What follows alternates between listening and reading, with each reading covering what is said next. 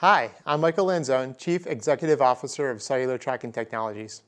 And I'm Casey Halverson, Chief Operating Officer of Cellular Tracking Technologies. And you're watching South Jersey Business with Joe Molineaux.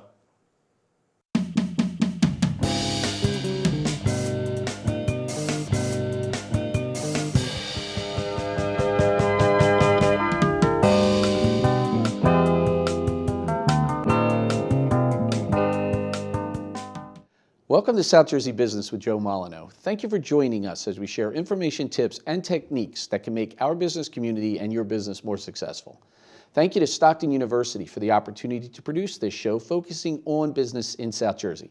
On today's program, we will talk with Michael Lanzone and Casey Halverson of Cellular Tracking Technologies, who both found success in their careers and are now working together, building and running a successful business. Cellular Tracking Technologies was founded in 2007. The company brings the newest innovations and highest level of service to wildlife research, focusing on wildlife tracking and more, with a focus on the local and global communities, conservation, and sustainability. CTT is located in Cape May County, New Jersey, and sends the products the company designs, develops, and manufactures to locations all over the world.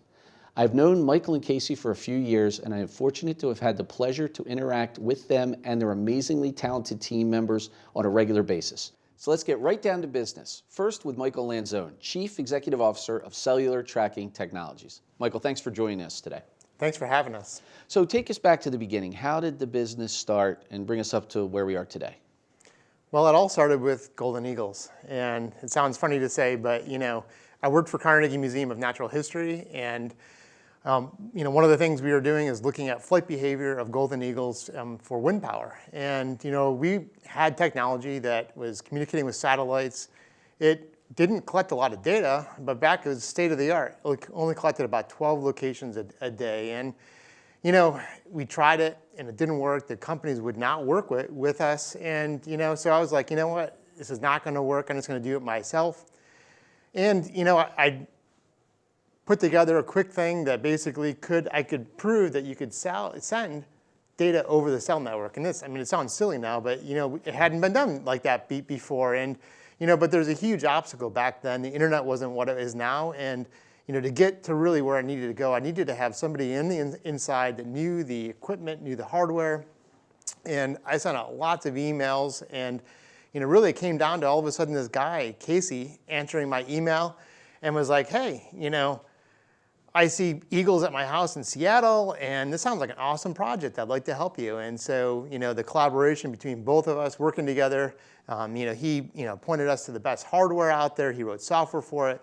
I was putting it all together, and in 6 months, we had a transmitter that we could put on the back of a golden eagle that could collect over 200 times the data of any commercially available device at the time. Wow, that is a great origin story. I mean, it really is. I love that. The two of you came together and your powers for the greater good, right? Well, I know it's easy for you to answer this question because you answer it every day, but for us that don't know, how important is the work you do in tracking the wildlife, the birds and the wildlife that you do? And then, potentially how many birds can you track?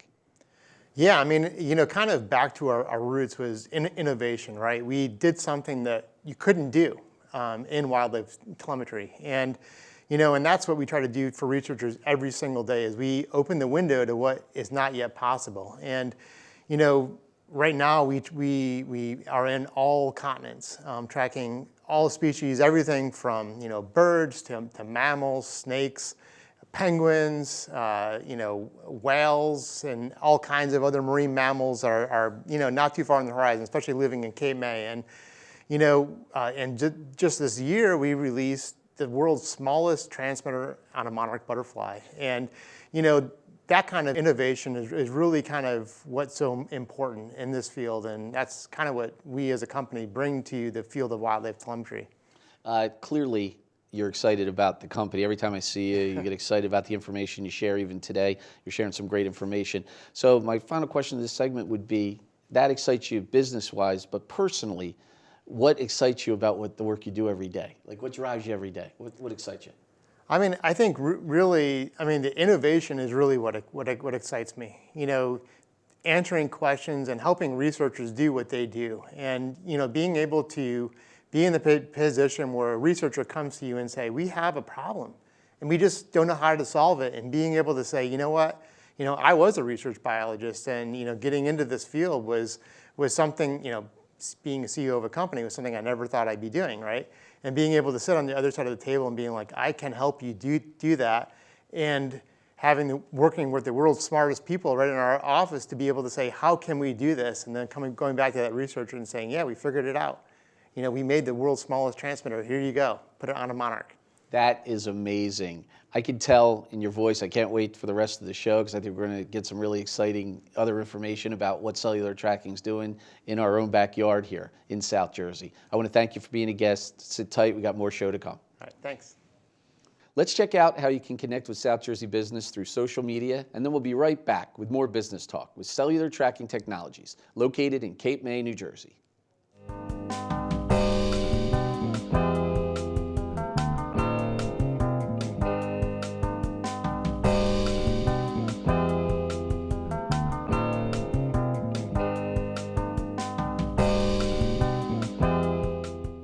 We're back with Casey Halverson, Chief Operating Officer of Cellular Tracking Technologies. Casey, welcome to the show. Thank you.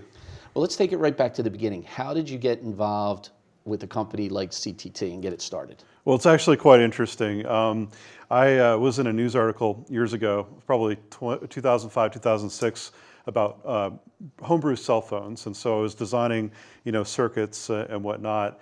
And I was in a few news articles, and a bunch of people reached out to me. But one in particular was Michael Lanzone. And he was looking to use the technology to track wildlife, golden eagles in particular. And I was really intrigued by that. So, we talked a little bit over email, and we actually met up, and we decided to start building one of these devices.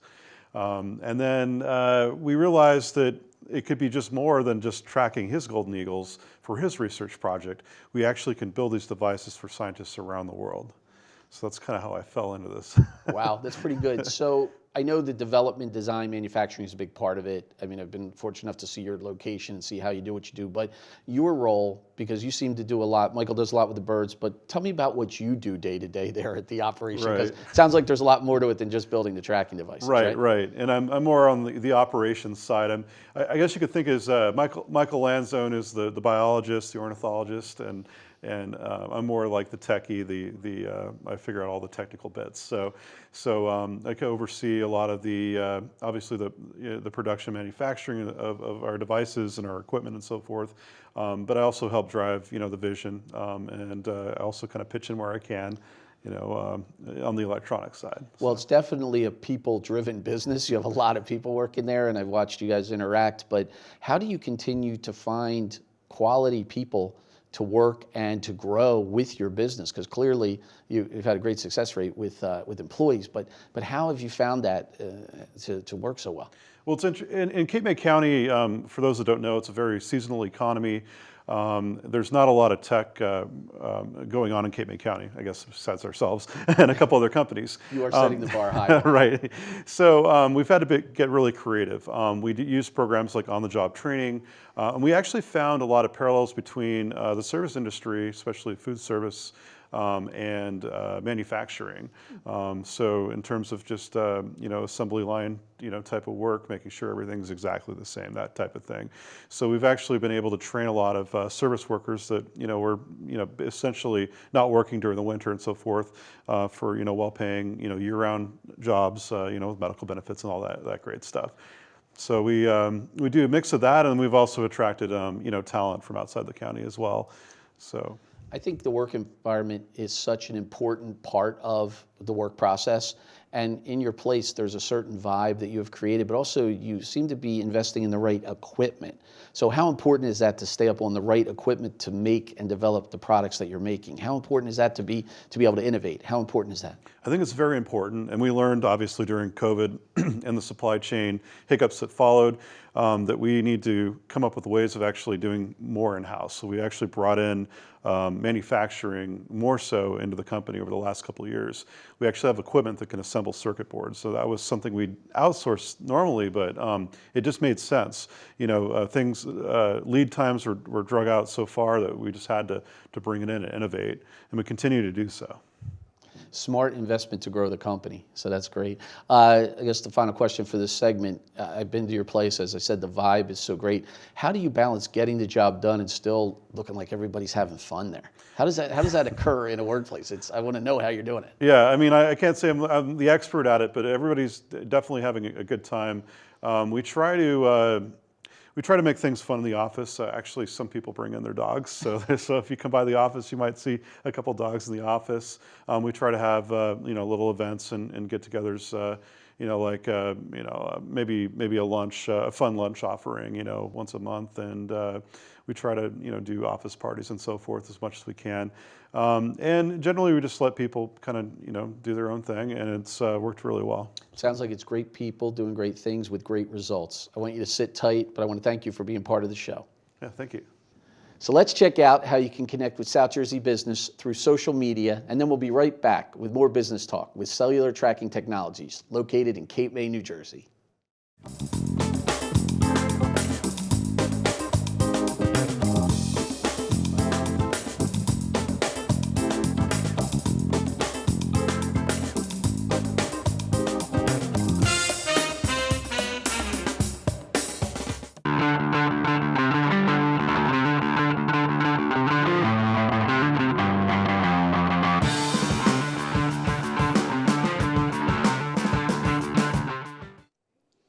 As you are aware, management, marketing, money, and media are the essential parts of any business.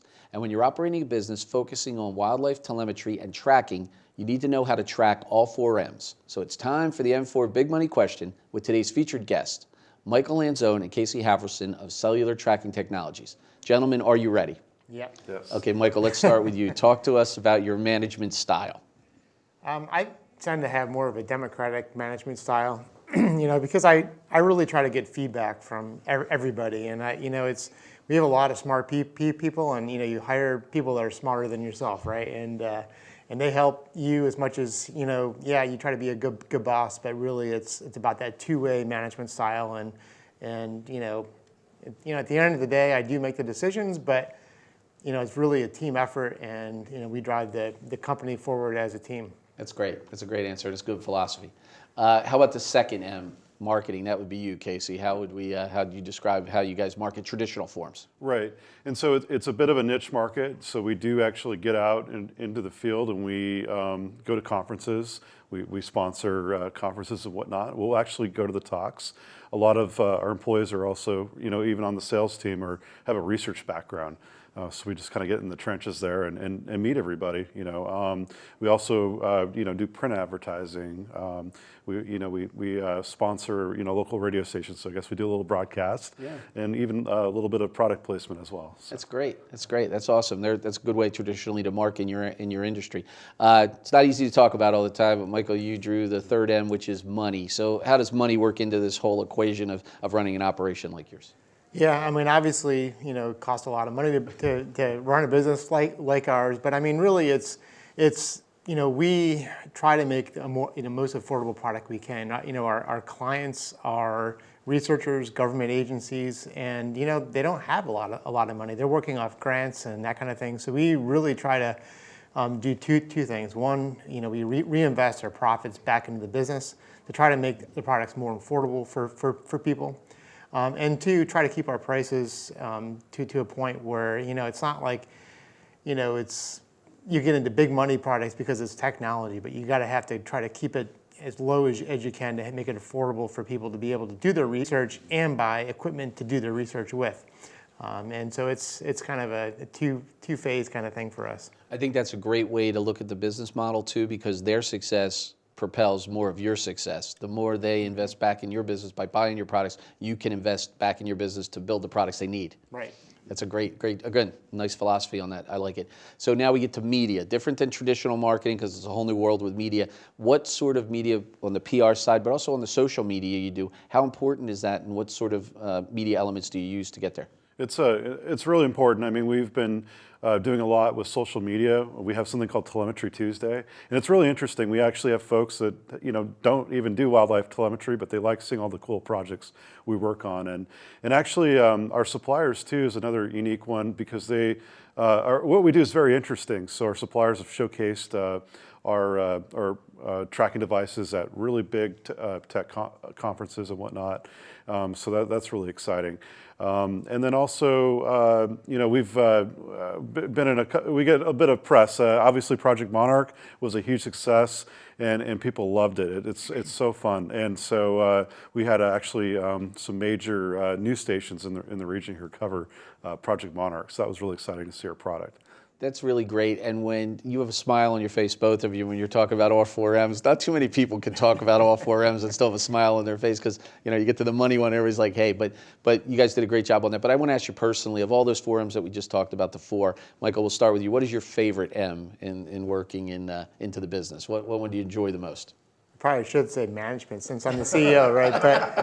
But I do like the marketing aspect. I mean, being the CEO, I'm also the face of the company, but I get to go out and meet researchers at conferences. I get to go in the field, and because I'm a research biologist too, it's like a lot of people don't really know how to deploy tracking devices and do the things that our clients are doing, and so I get to go out in the field and help train them to put our tracking devices on, and so it's. For me, I really like that aspect of it and the engagement with our clients and the community.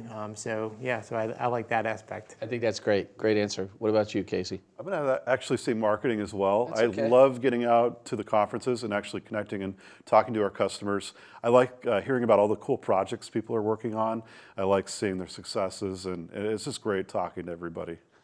So just so I get this straight, you guys have a really great, cool vibe inside the business, and when you go outside, it's even a cooler vibe, and just as cool, I should say, equally as cool, because you get to talk with other people of like minds, and so that sounds like a win-win situation. Whether you're inside or outside the business, you still have that vibe as far as innovation, and the marketing part is great because it's what really helps propel the business, correct? Yes. That's right. Yeah.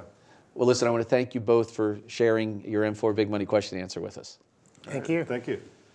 There you have it. Cellular Tracking Technologies' well-tracked mix of management, marketing, money, and media. We have some more business content coming up, including another segment with today's featured guests. So stick around for more South Jersey Business with Joe Molineaux.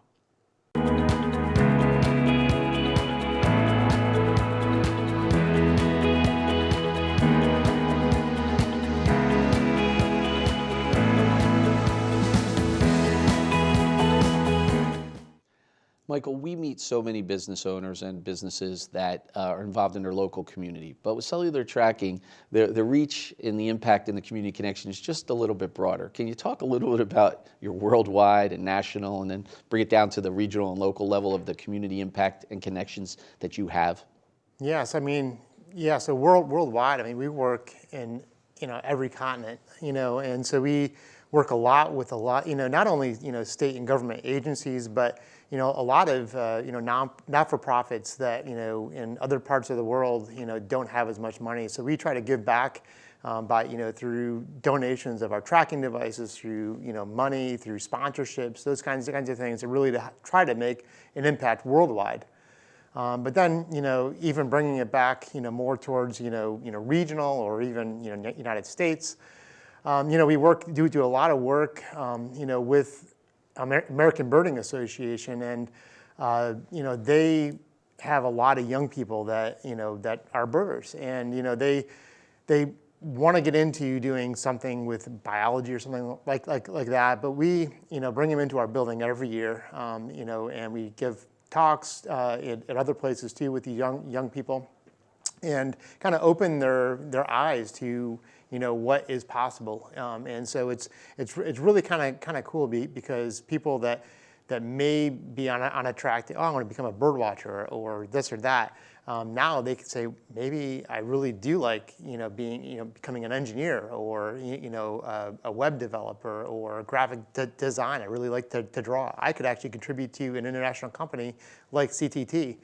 And to even more local, New Jersey Audubon. We support a lot of the local work they do through the tracking of local migrations. Cape May is a worldwide hotspot for migration, and so we help enable them do what they do through their tracking. And then even more local, like Cape May Point Science Center.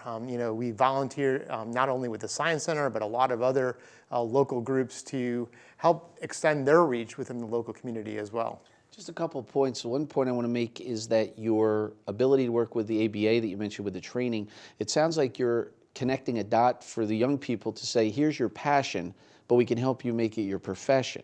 Correct? That's right. It's really a nice way to do that, I think, because you're giving them something that they already have an interest in. Like you mentioned bird watching, but now they're thinking about being an engineer to build bird trackers or design bird trackers to watch birds in a different way. Right. I mean, they come into our building and they see they not only see tracking devices being built, but, being able to see everything from the beginning part of scratches on a piece of paper, like, hey, we have an idea for this, all the way through building it and out the door. So it opens, their horizons to, 15, 20 different jobs just within our building that they could potentially be involved in. Yeah. The idea that you work with New Jersey Audubon, I'm sure you can work with all different Audubons, but it happens to be New Jersey as your home state. Yeah. I realized something in meeting a lot of the Audubon people. I was lucky enough to go to one of your Audubon events, and I met some people, and I realized that those birders come from all walks of life.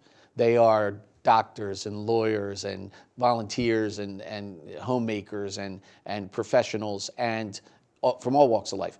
Do you find that is a cross-culture bird interest is really cross-cultural and it crosses socioeconomic divides, and does it bring people together is my question. It does. I mean, I think that's a great way to describe it. I mean, that's perfect. I mean, because birding, because I mean, you're involved in an activity that is in and of itself, kind of, nature watching, right? Yeah. But you're watching birds, you're looking at things through different light, and you're connecting with people that you may never in your normal walks of life connect with. And so, yeah, that's a perfect way to describe it.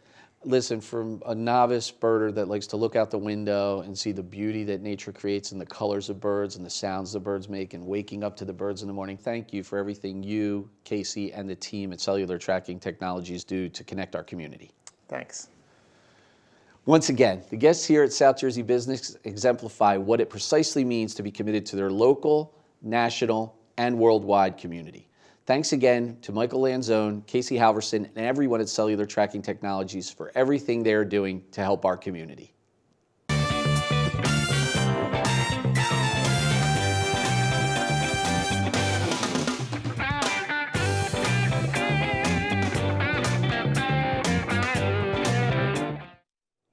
Welcome back. It's time to turn the spotlight on Cellular Tracking Technologies, a company that brings the newest innovation and highest level of service to wildlife research in the field of wildlife telemetry and more, with a focus on the local and global community, conservation, and sustainability.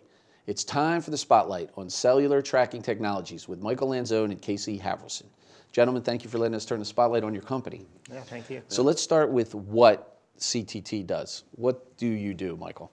So we create wildlife tracking devices for worldwide market. So that is everything from like devices that are on sharks or penguins or snakes and everything in between. And the other thing is we create base stations for those animals to talk to. So kind of like the cellular phone network.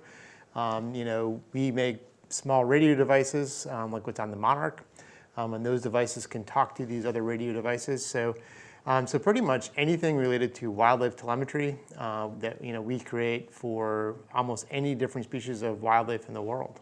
That's great. So that's what you do. So Casey, that's a big undertaking. So let's talk about the how do you get that done? Like, what does it take to do that? If you could answer that relatively quickly. Yeah, I mean, we have a huge team of cloud developers, embedded software developers, electronic engineers. And not only do we, manufacture this device, but we actually manufacture the circuit boards that go into this device. So that's all done at the airport, Cape May County Airport. And so we have an entire line for that. We do 3D printing because every, animal's a different shape, different size. Ergonomics are important. So we custom design that with 3D CAD, and we assemble them right there as well and ship them out all around the world. That is awesome. So I guess the next question would be, who do you do this work for? Who are your ultimate customers? So so that's a good question because the people actually tracking could be just the researchers. So a lot of them are at universities, across the world. but also local and regional governments, or even federal governments, are very interested in tracking wildlife populations at a national level, and so. That's a huge amount of people worldwide that are interested in what our animals are doing and why they're doing it. That's great. You made me think about that for a second, because I always thought of the end user as the person using your equipment. But the end user ultimately is the people that look at the data that's collected by your equipment. Right. Yeah. That's something that people don't think about, is that the devices are collecting millions and millions of data points. I mean, that's one of the things that we became famous for, is that devices collecting so much data, right? And so yeah, they're tracking devices, but the ultimate product is the data. That's awesome. And it just made me think even more deeper into the work you do. I mean, I know it was important, but now I realize the end user is beyond who I thought the end user was. Right. Okay. Clearly, when I talk to you guys about your business, you're always smiling. So you might have to turn the mirror on yourself a little bit and be philosophical. But Casey, let's bounce over here, and I'm going to have you both answer this question because I think it's important. Why do you do what you do? What gets you up every day, smile on your face, getting into work, even though every day is probably not, all birding and tracking. There's probably other stuff that goes on there. But why do you do what you do? I think ultimately, it's all about conservation, and I feel really good in what I do. I feel that we're making a difference in the world. We're giving scientists the data and the tools to help us make informed decisions on protecting our environment, but also keeping in harmony with humans. Because we need to live here too. So yeah, we need more of that. So if you guys are manufacturing that, I'm buying that. Michael, I want to ask you the same question, and I know we talked about origin and things like that, and what the company does. But what drives you? What gets you to the office every day, smile on your face, working with that great team of people? But why? What is your why on this? Yeah, I mean, my background, is a wildlife biologist, right? And that's why I got into this. And so yeah, coming back to my roots, the wildlife gets me excited. The conservation work gets me excited. The innovation gets me excited, because it's like we can talk to a researcher, and they may be interested in doing one thing. Like, oh, I'm interested in doing this, that, or the other, and it's off the cuff thing. If we could only do this, and we're like, well, why can't we? And then, we bring that to the table as well. It's, it's the excitement of what we do is, not just the conservation work, but it's also the innovation and driving not just our business, but we drive the entire industry forward because everyone's following us. Yeah. What's interesting about that? Your why actually asks and answers more whys. I love it. Gentlemen, I want to thank you for allowing us to turn the spotlight on cellular tracking technologies. Thank you. Thank you. That was today's Spotlight, providing a clear view of what cellular tracking technologies is all about.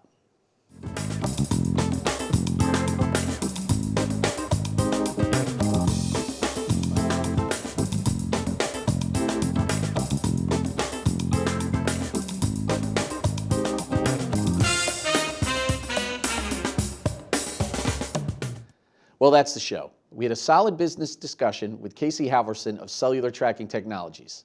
Once again, thank you to Stockton University and everyone that makes this program possible. Let's do it again next time. And until then, let's get growing, South Jersey. Thanks for watching.